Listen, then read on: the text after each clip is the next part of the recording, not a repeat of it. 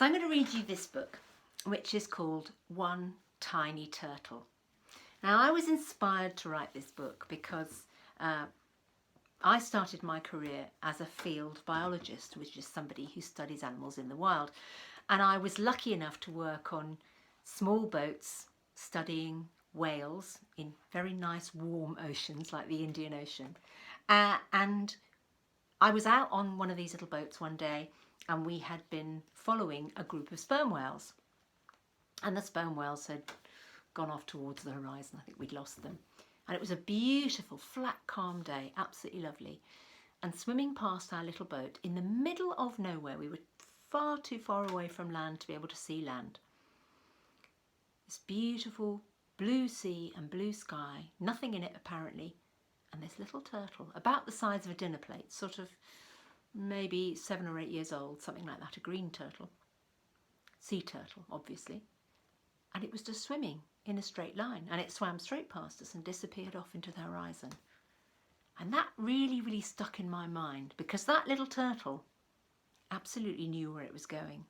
And that idea that turtles can wander through the oceans and navigate and find their way and have these amazing, mysterious lives that we know so little about, except, of course, for the one bit of their lives that we really do see, which is when they come back into our world, the land, to lay their eggs. And when a few weeks later, those little baby turtles skeeter off down the beach into the ocean. And absolutely amazingly, 30 or even 40 years later, those little turtles, well, the ones that survive, which will be very few, of course, will come back to that beach to lay their eggs. Fascinating. Anyway, that's what inspired this story. One Tiny Turtle. Beautiful, beautiful illustrations by Jane Chapman.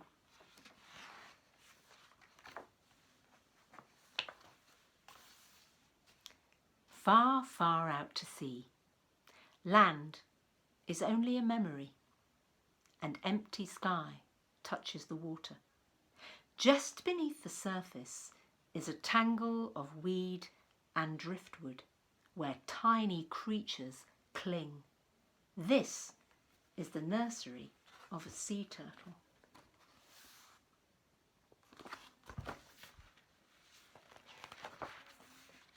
Passing in a boat, you might not notice Turtle. Not much bigger than a bottle top, she hides in the green shadows. She's a baby, so her shell is soft as old leather. Just a little fish bite could rip it open. But Turtle is safe in her world of weed and snaps her beak on tiny crabs and shrimps. Turtle swims about, flapping her long front flippers like wings. She's underwater flying. She pokes her pinprick nostrils through the silver surface to take a swift breath. So fast, blink, and you'd miss it. And then she's gone, diving down into her secret life again. For 3 or 4 years, maybe more, Turtle rides out the storms and floats through the hot calms. Steadily, she outgrows her nursery. Nobody sees her leave, but when you look for her, she's vanished all the same. A year or 2 later, she turns up close to land, bigger than a dinner plate now. She's not a fish snack anymore. Her shell is hard as armour. Her head is tough as a helmet. She's grown into her name, Loggerhead. She's come here to eat crabs. Millions of them swim up from deep water to breed in the shallows. Their shells crack as easily as hen's eggs in her heavy jaws. But in a week the feast is over and Loggerhead disappears again. And there she is, feasting on crabs. Loggerhead wanders far and wide, in search of food.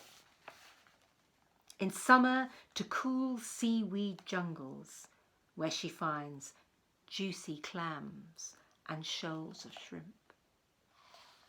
And in winter to turquoise lagoons, warm as a bath, where she can munch among corals. And there she is, feeding on the coral reef there. Loggerhead may travel thousands of miles, but she leaves no trace or track for you to follow.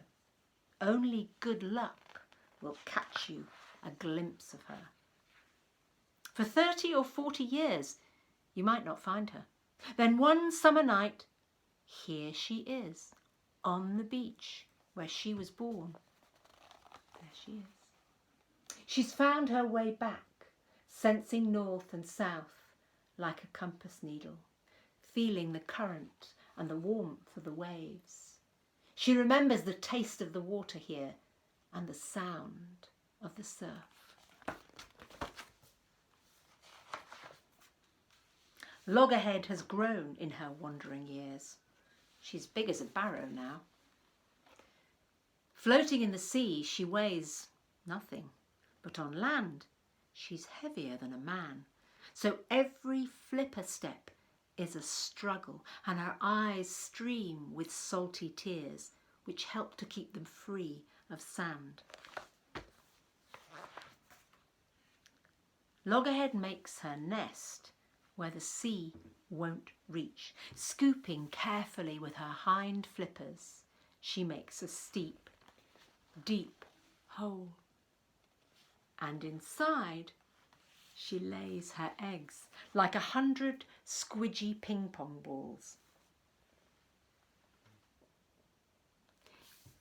Afterwards, she covers them with sand to hide her nest from hungry mouths. And then Loggerhead is gone, back to her secret life, left behind under the sand. Her eggs stay deep and safe. Baby turtles grow inside, and before the summer's over, they wriggle from their shells. And there they are, wriggling out of those little leathery eggs.